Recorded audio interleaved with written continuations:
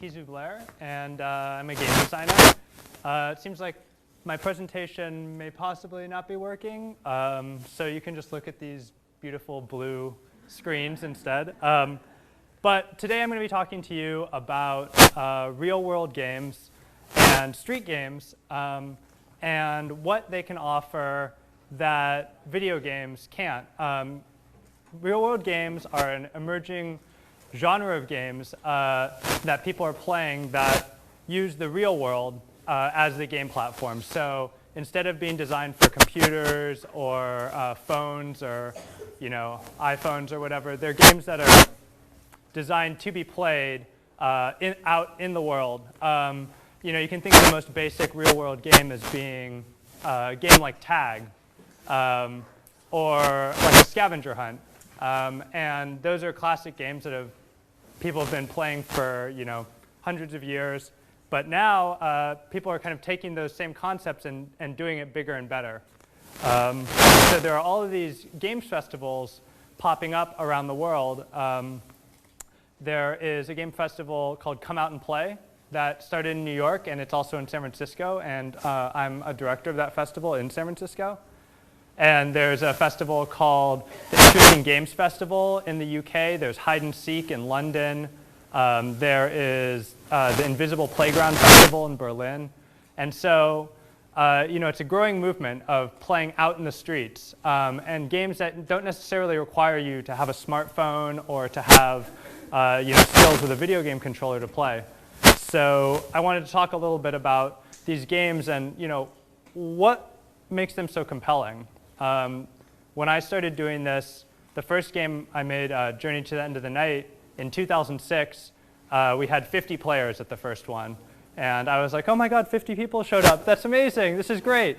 Last year on Halloween, we had 1,800 players come and play in San Francisco.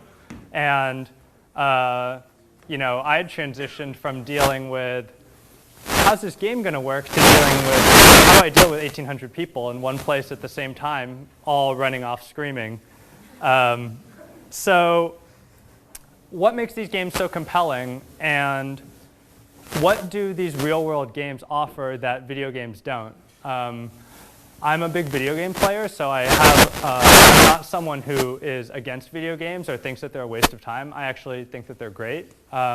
But I wanted to kind of explore the idea of real-world games as an alternative. Why don't people just stay at home and play Diablo 3 or play Farmville? Why do people want to get out in the streets and play?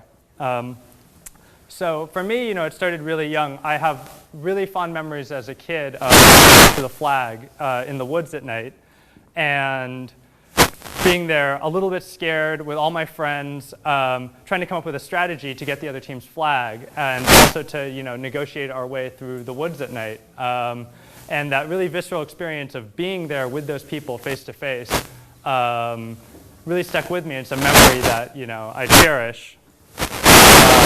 As I got older, I played lots and lots of video games, and I played lots of online games like World of Warcraft. And got up to max level and rated and everything. I'm sure some of you out there know what I'm talking about. Maybe some of you don't. But as I kept playing that game, it got to feel repetitive, and it got to feel a little bit like work to get on and play. And it felt like it wasn't really bringing out the best in me, and it was something that I couldn't share with my girlfriend. She didn't want to play. I couldn't share it with my family. They didn't really understand, what was so great about playing this.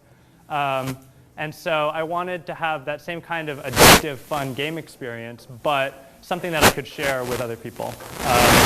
So that was kind of the genesis of wanting to design Journey to the End of the Night. So Journey to the End of the Night is a race across the city from checkpoint to checkpoint, and there are unknown chasers out in the city who are trying to chase you down and tag you.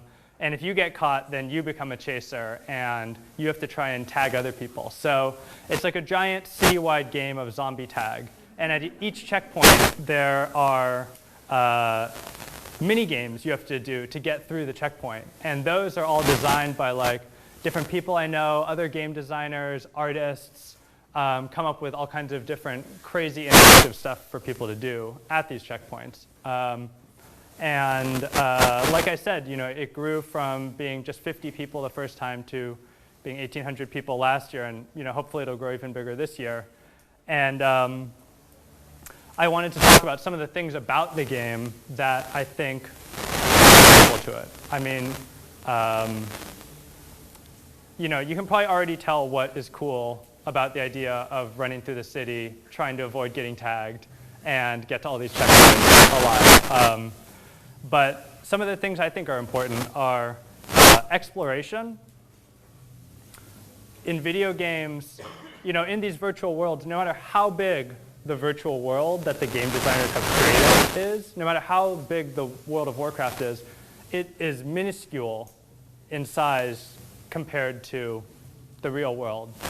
And all of the possibilities for interaction are very limited because everything is programmed and they make it run very slowly. And that is what's fun about it. But the great thing about playing out in a city like San Francisco is there are opportunities for all kinds of interactions.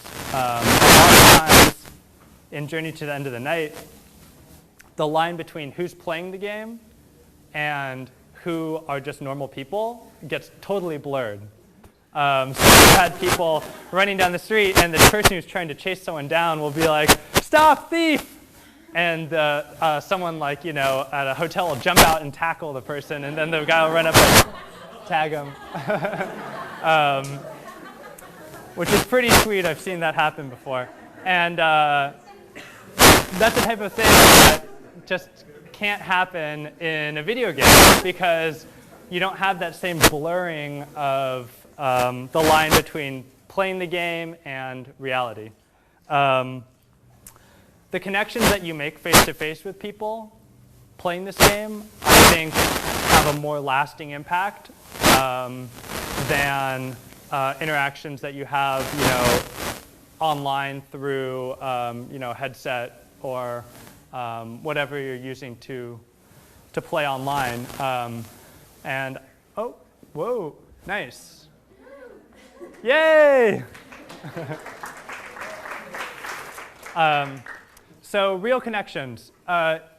When you're playing face-to-face with people, there's something visceral about it that really bonds people together in a short amount of time. So when you're playing Journey to the End of the Night, frequently you get broken off from the group of people that you're with because you get split up, and you end up meeting up with some other random person that you've never met before and going through the game with them. Or you get tagged by a chaser, and then you're like, all right, let's plan on how to catch as many people as we can. Those types of random meetings and connections that you make are really lasting because it's such an exciting new space to be playing in, to be in the city like that. It uses public space. People say that we only use 10% of our brains or whatever. I don't know if that's true, but it's definitely true that we only use 10% of our public spaces. And for a lot of us, things get very routine. And you go from home to school to work, maybe to the gym or whatever. But you get into these routines where you only go to a few places when there's so much more out there.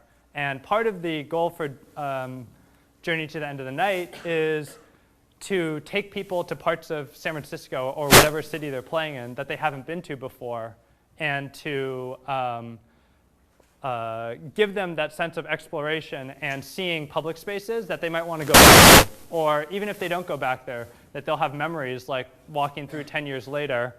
They'll be like, whoa, I've been here before. I remember running through this alleyway or whatever. So it uses all 5 of your senses. I know with video games, they're developing more and more advanced technologies where they can use sound and maybe possibly smell in the future, and touch, of course, with iPhones and stuff. But there's nothing that is quite like actually being there as yourself, with no avatar, no screen, but just being there, playing as the hero yourself, and experiencing that with all 5 of your senses. It really makes an impression that I think video games can't quite achieve yet. I talked about the non-player engagement a little bit. Another part of the non-player engagement, besides people tackling other people, is that non-players will often help the players out. It's like, oh, you run up and I need to get to this intersection. How do I get there? And they'll be like, whoa, okay, here, go this way and this way. I'll lead you there. And they'll go along with the players to help them out. That kind of random acts of kindness, I think, is a really cool sort of unintended consequence from the game that I certainly didn't expect when I was first designing it.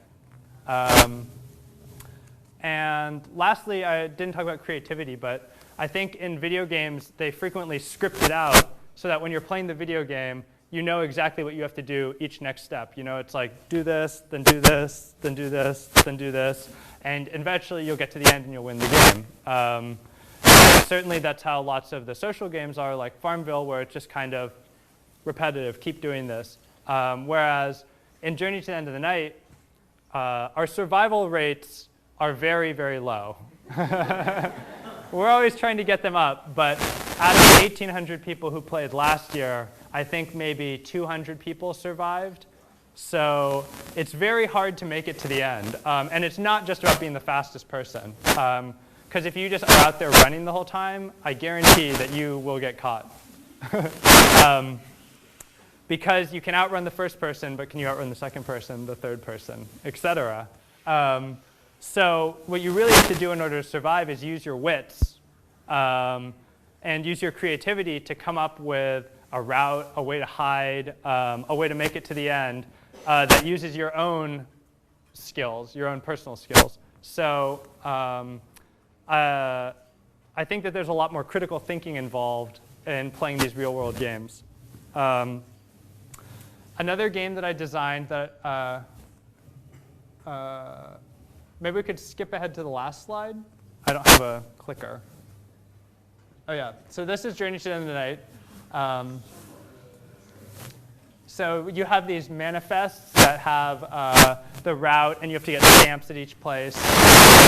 Teams that played last year. Here's one of the checkpoints where it was a blank wall and everyone that we had permission to use, and everyone had to come up to the wall and spray paint over these fine folks to make all these different spray painted people impressions on the wall, and people could spray paint whatever they wanted. So it's kind of like a participatory art project within the game, and once you did that, you would get a stamp and be able to move on to the next one.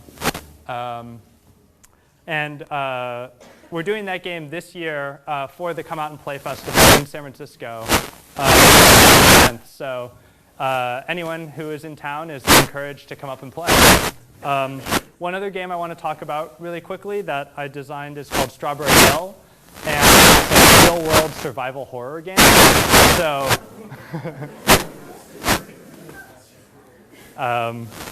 so I've always loved games like Resident Evil and Castlevania that are like really scary video games. And I thought to myself, what if I could create that experience of just being terrified and out in the woods at night? What if I could recreate that experience for people playing this game? So it's on an island in Golden Gate Park, and you play at night. You only have a flashlight, and you have to find stakes and garlic all hidden around the island on the ground to protect you from the vampires that are stalking the island. And so that is an example of a game where you can take all the really cool things that are in video games and use those ideas from the video game to take them back out into the real world and create experiences for people that go beyond what you can experience just sitting in front of a screen. So I guess in conclusion, I just want to say that there is this growing trend of playing games out in the world. I think we can all agree that most of us have too much time in front of a screen, whether it's working, TV or the phone. Everyone wants to spend more time connecting with people face to face and less time in front of screens. And I think that this is a great opportunity for people to get out with some of these games festivals that are going on and play some of these different games, give your feedback to the designers, and maybe design one of your own. If you are a budding game designer or want to be a video game developer, think about the possibilities beyond virtual worlds, and think about the possibilities for play out in the real world. So, yeah, thank you.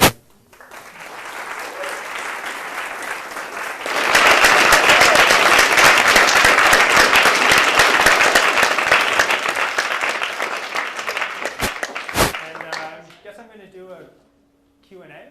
So if anyone has any questions. When's the vampire thing? The vampire game? I did that a couple of years ago for the Come Out and Play Festival, and am working on getting it going again, but it's a little bit hard to get the permits for it.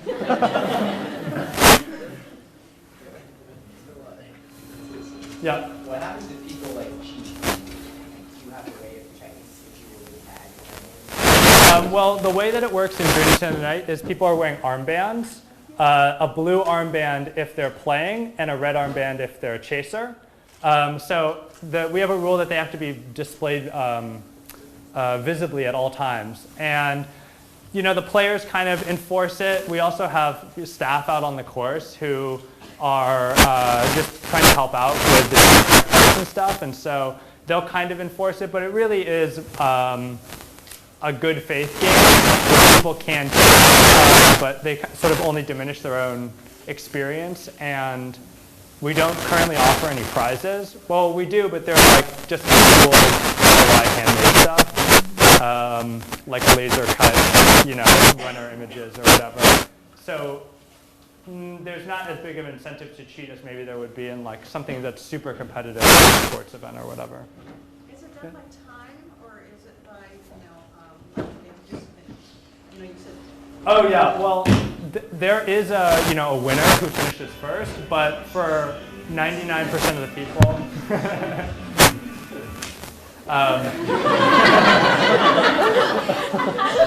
for 99% of the people, the goal is just to finish. And we, the main congratulations just go out to anyone who makes it to the end. Yes? Is it possible, although he might like to ditch me, is it possible for a 10-year-old and his mother to survive? Oh, definitely. No, it's a really good advantage actually to be outside of the 18 to 29 demographic, because we had a guy who was 70, waited the whole day. He would just be walking, and people would run right by him, chasers would just run right by him. So, and we actually, our top chaser 2 years ago was a 10-year-old girl, and she would just sneak up on people who were in a group and tag all of them. So yeah, you definitely can. Yes. Huh? Journey to the End of Night is funded by player donations, so we usually cover our costs through the players donating money at the start and at the finish. The festivals are funded in different ways, but typically it's kind of a combination of sponsorship and private donations or donations from groups.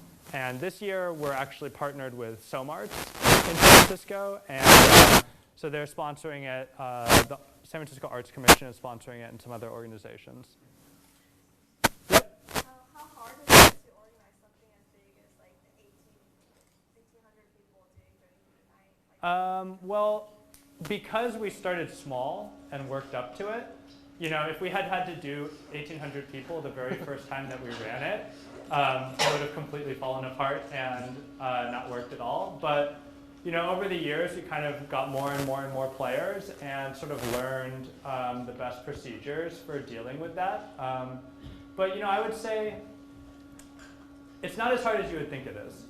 I have a lot of great volunteers who help out, and volunteers are really, really important. People who care about your game succeeding. And it's really not as hard as you think, and I definitely recommend that anyone who does this do play testing, because if you make a game and you have it in your head one way, once you play test it, you'll get so much feedback that it'll be completely different. People have such good feedback to give and different ideas about what worked and what didn't. So starting with that and then working up to actually doing something that just goes out to the whole public, I think is the best way to do it. Yes? Are you planning to do it as a prototype and grow it in other cities, like Makers Fair is doing? Oh, yeah, well actually with Journeyton, the thing I didn't mention is, so the rules are released we release them under a Creative Commons license. And so anyone can take the game and run it themselves as long as they contribute whatever the changes they make to the rules back into the idea pool. So it's actually been run already in New York, London, Vienna, Mexico City, Chicago, cities all over the US. It was in LA recently, and I think next week it's going to be in Ljubljana and Slovenia. So it actually has spread to other cities, and the Creative Commons license aspect of having people contribute their ideas back into it is what has made the game, I think, grow as much as it has here, because other designers have had such cool ideas that they've contributed back that we've been able to kind of adapt it to work. Yep. So I played in the Journey game that was in Palo Alto and Mountain View, which I think was last July, and it was great. Awesome. Do you know if there are plans to have more around here? I do not know, because I actually do not know the organizer of that one. A lot of people will take the rules and just organize their own game and just do it without reaching out to me. So I don't know what the plans are, but I'm assuming that they probably will. Maybe I'll make an effort to reach out to them. Awesome. Yeah. Yeah. Do you believe that the Journey to Journey to the End of the Night, and it's all its factors contributing to how it makes it unique, its real world game? Do you think that the Rockstar's Grand Theft Auto franchise can have these aspects as well, such as public space exploration? That's a virtual world game, but do you think it's possible that they can integrate all as well? Yeah. Yes, I mean, I love Grand Theft Auto, and I think that the way that they approach creating a virtual world is a lot different than a lot of other video game designers, because they try and model it as closely as possible on some real city or whatever. So, when they're making, I don't know what this is. Los Santos. Yeah, exactly. It's designed so much to be like Los Angeles that you can be driving around LA and you're like, whoa, I kind of recognize this. It was in the video game. But at the same time, is that really a replacement? Exploring in that world and being in that virtual world, is that really a replacement for exploring out in LA, for going to LA? I don't think that it's really there yet. I think that game is really awesome, and I think that it is very well designed, but I think that there's no replacement for really being out there yourself. One more question? Yeah, we're just All right. Oh, yeah. Anyone else? All right. Well, thank you, everyone.